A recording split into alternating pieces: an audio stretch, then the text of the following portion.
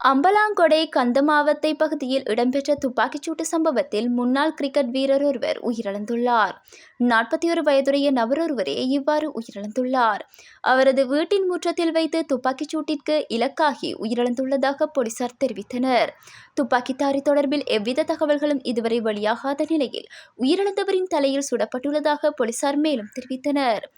தம்மிக நிரோஷன் என்ற குறித்த நபர் 2002ஆம் ஆண்டு இலங்கை 19 வயதிற்குட்பட்ட கிரிக்கெட் அணியை பிரதிநிதித்துவப்படுத்திய முன்னாள் வீரர் என தெரிவிக்கப்படுகிறது. பிரபல பாடசாலையொன்றின் 19 வயதிற்குட்பட்ட கிரிக்கெட் அணியின் தலைவராகவும் இவர் செயற்பட்டுள்ளதாக தெரிவிக்கப்படுகிறது. தேசிய மக்கள் சக்தியின் தலைவர் அனுரகுமார திசாநாயக்காவிற்கும் அமெரிக்க முன்னாள் அதிபர் டிரம்பின் நிலை ஏற்படலாம் என வாகமுல்லே உதித்த தேரர் தெரிவித்துள்ளார். தேசிய மக்கள் சக்தியினால் கண்டியில் நடைபெற்ற கட்சியின் மாவட்ட மாநாட்டில் கலந்து கொண்டு உரையாற்றும் போதே தேசிய பிக்குகள் முன்னணியில் அழைப்பாளர் உதித்த தேரர் மேற்கூறியவாறு தெரிவித்தார். இதன்போது அவர் மேலும் கூறுகையில், எனவே அனுரகுமார பாதுகாப்பை பலப்படுத்த வேண்டும் எனவும் கூறினார். அமெரிக்க ஜனாதிபதி தேர்தலின் பிரதான வேட்பாளரான களமிறங்கும் முன்னாள் ஜனாதிபதி டொனால்ட் ட்ரம்ப் மீது துப்பாக்கிச்சூடு நடத்தப்பட்டுள்ளது. இதே நிலைமை தேசிய மக்கள் சக்தியின் தலைவர் அனுரகுமார திசாநாயக்காவிற்கும் ஏற்படலாம். எனவே அவரது பாதுகாப்பை பலப்படுத்த வேண்டும். மேலும் அனுரகுமார திசாநாயக்க பொதுவெளியில் தோன்றாமல் உரைகளை ஆற்ற வேண்டும்.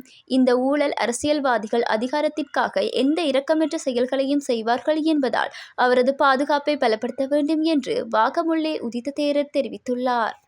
அதிபர் ரணில் விக்ரமசிங்க அல்லது தொழிலதிபர் தம்மிக பெரேரோ அல்லது வேறு எவரும் அதிபர் தேர்தலில் போட்டியிடுவார்கள் என இதுவரை கட்சிக்கு அறிவிக்கப்படவில்லை என ஸ்ரீலங்கா பொதுஜன பெரமுனவின் தேசிய அமைப்பாளர் நாம ராஜபக்ஷ தெரிவித்தார். அப்படியொரு விடயத்தை கட்சிக்கு தெரிவிக்கவில்லை எனவும் அவர் தெரிவித்துள்ளார். அதிபர் தேர்தலில் ஸ்ரீலங்கா பொதுஜன பெரமுனவில் யார் போட்டியிடுவது என்பது தொடர்பில் ஊடகவியலாளர்கள் வினவிய போதே அவர் இவ்வாறு தெரிவித்தார். சுகாதார அமைச்சர் ரமேஷ் பத்திரன உள்ளிட்ட சுகாதார அமைச்சின் அதிகாரிகள் அடங்கிய குழு யாழ்ப்பாணம் போதனா வைத்தியசாலைக்கு விஜயம் செய்தனர். அமைச்சர் வைத்தியசாலை வளாகத்தில் மரக்கன்றையும் நாட்டி வைத்தார்.